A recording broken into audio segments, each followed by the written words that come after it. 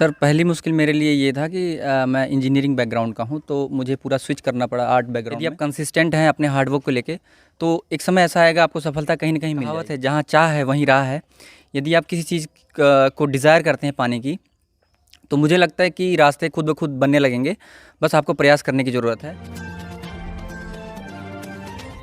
ग्रामीण क्षेत्र से निकली प्रतिभा जब एक पटल पर पहुंचती है और परिवार, समाज और ज़िले का नाम रोशन होता है तो लोगों को खुशी होती है। अंबेडकर नगर ज़िले के एक ऐसी प्रतिभा ने पीसीएस परीक्षा उत्तीर्ण करके जो नाम रोशन किया है, जिसके बाद परिजन, रिश्तेदार सब मुदित हैं। आज हमारे साथ हैं, आपसे बात करेंगे इस सफलता की सीढ़ी पहुँचने में कितना वक्त लगा और आपने कितना संघर्ष किया और तैयारी कैसे हुई। एक मजबूत नींव पर बुलंद इमारत का निर्माण होता है, जिसके क्रम में आज हम ऐसे शख्स से आपको रूबरू कराते हैं जो यूपी पीसीएस में चयनित हुए हैं और चयनित होने के बाद परिजन इनकी सफलता पर हर्ष व्यक्त कर रहे हैं। क्या नाम है आपका? सर मेरा नाम हरेंद्र कुमार है।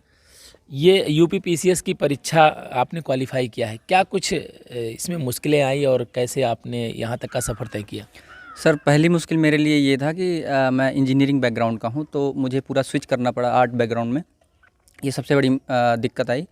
उसके बाद सर इसका जो प्रिपरेशन होता है इतना लंबा चलता है कि आदमी को डिप्रेशन वाला फेज भी आता है, तो उसमें हमको अपना साइकोलॉजिकल बैलेंस भी मेंटेन करना होता है। ये सारी दिक्कतें थी सर। एज कितनी है अभी आपकी? सर अभी मेरी एज 24 ईयर्स है। 24 वर्ष की उम्र में एक मुकाम हासिल कर लिया आपने। हालांकि अभी ये पड़ाव नहीं है, मंजिल कुछ और ही है। मंजिल अभी आगे सर अभी तो यूपीएससी की तैयारी कर रहे हैं अभी। स्टार्टिंग से आपकी पढ़ाई कहाँ हुई और आपने क्या कुछ किया और यहाँ तक का सफ़र तय हुआ? सर मैंने अपनी स्कूलिंग जवाहर नवोदय विद्यालय अम्बेडकर नगर से की है और 10th के बाद मेरा सिलेक्शन दक्षिणा फाउंडेशन में हुआ, जो कि एक एनजीओ है, स्कॉलरशिप देती है। वहाँ से मैंने जेईई की प्रिपरेशन की। बेंगलोर में मुझे 2 साल रहना पड़ा था। उसके बाद मुझे आईआईटी खड़गपुर से मैंने इलेक्ट्रिकल इंजीनियरिंग में अपना ग्रेजुएशन कंप्लीट किया। उसके बाद से सर 2019 में मैं ग्रेजुएट हो गया। उसके बाद से ही मैं इसकी तैयारी स्टार्ट कर दिया। 1 साल की कोचिंग मैंने दिल्ली में ली, वाजीराम इंटरव्यू एक कोचिंग है, वहाँ से मैंने की और तभी से सर मेरा प्रिपरेशन चल ही रहा है। ये मुझे पहली सफलता मिली है 2022 में जाके। पहले प्रयास में ही सफलता मिली है? नहीं सर, ये तो मेरा तीसरा अटेम्प्ट था। पहले 2 अटेम्प्ट में मेरा प्रीलिम्स ही नहीं क्वालिफाई हुआ था, ये 3rd अटेम्प्ट में मेरा क्वालिफाई हुआ जाके। अगर आपको कहीं असफलता मिलती है तो उससे निराश नहीं होना है, आपको सीखना है। और जो आपके जूनियर हैं, जो यूपीएससी की तैयारी कर रहे हैं या जाना चाह रहे हैं, उनके लिए क्या मैसेज देना चाहेंगे? क्योंकि आपने बताया कि लंबा प्रोसेस है और तैयारी के लिए स्टेप बाय स्टेप इसमें जुड़ना होता है।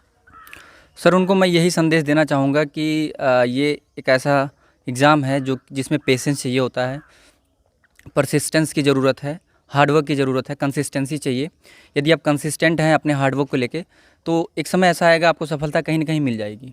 अंबेडकर नगर जिला 1995 में बना, फैजाबाद से अलग होकर के अब अयोध्या नाम है।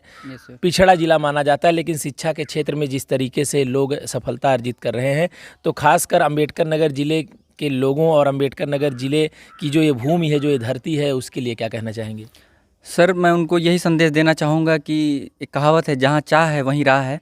यदि आप किसी चीज़ को डिज़ायर करते हैं पाने की, तो मुझे लगता है कि रास्ते खुद ब खुद बनने लगेंगे। बस आपको प्रयास करने की ज़रूरत है और ये मैटर नहीं करता आप कहाँ किस क्षेत्र से आते हैं, कैसा आपका बैकग्राउंड है, बस एक जुनून होना चाहिए। अगर आप में जुनून है तो आप जो है सफलता की सीढ़ी पार कर लेंगे। इस सफलता के पीछे आप अपना योगदान किसे देना चाहेंगे और इस सफलता के पीछे कौन कौन है? सर इस सफलता के पीछे मेरे चाचा जी की भूमिका बहुत अहम रही है। उन्होंने मुझे पढ़ाया और साथ ही साथ मेरे माता पिता की भूमिका रही है। मेरे दादाजी रहे हैं, दादी जी रही हैं, मतलब पूरा परिवार का इसमें रोल बहुत अहम है। कौन आदर्श आपके लिए, कौन आइडियल है?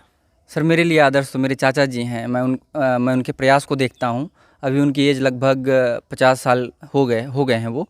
अभी तक सर वो लगभग 8 से 10 घंटे वो अभी भी पढ़ते हैं, डॉक्टर हैं सर।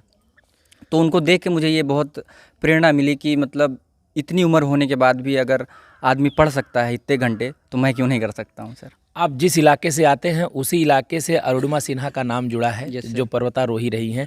आपने उनके संघर्षों को देखा है और सुना भी है, तो क्या कुछ कहेंगे उनके लिए? सर मैं यही कहना चाहूँगा कि वो बहुत ही निडर लेडी हैं और वो कभी हार नहीं मानती हैं। वो पहले एक वॉलीबॉल प्लेयर थी और उनके साथ ट्रेन में एक हादसा हो गया जिसकी वजह से उनको अपना पैर गंवाना पड़ गया। अगर आप सोचिए कि कोई वॉलीबॉल प्लेयर है, उसका पैर चला जाए तो उसके लिए कितना ये चैलेंजिंग हो जाता है मैनेज करना कि उसका फ्यूचर क्या होगा। लेकिन उनका जो पॉजिटिव एटीट्यूड था वो हमको इस चीज़ से देखने को मिलता है कि उनके पैर नहीं होने के बावजूद भी उन्होंने पर्वतारोहण का विकल्प चुना, जिसकी वजह से वो इतना आगे तक जा पाई। आर्येंद्र, आपको बहुत बहुत शुभकामनाएं, आपने यूपीएससी की परीक्षा को उत्तीर्ण किया है। Yes sir, thank you sir. तो अभी आपने आर्येंद्र को सुना कि सफलता के लिए आपको लंबा संघर्ष करना होता है, धैर्य बनाए रखना होता है और धैर्य के बलबूते ये मुकाम हासिल होता है। और जो भी यूपीएससी में जाना चाहते हैं, यूपीएससी की तैयारी करना चाहते हैं, उनके लिए बड़ा संदेश इन्होंने दिया है और बताया कि 24 साल की उम्र में आप देख रहे हैं इन्होंने यूपीएससी को क्वालिफाई किया है और इनका लक्ष्य अभी और आगे तक जाना है। तो जो भी यूपीएससी की तैयारी कर रहे हैं, अभी आपने जो संदेश आपका सुना, इनसे सीख लें और सीख के चलते एक नया रास्ता हासिल करें।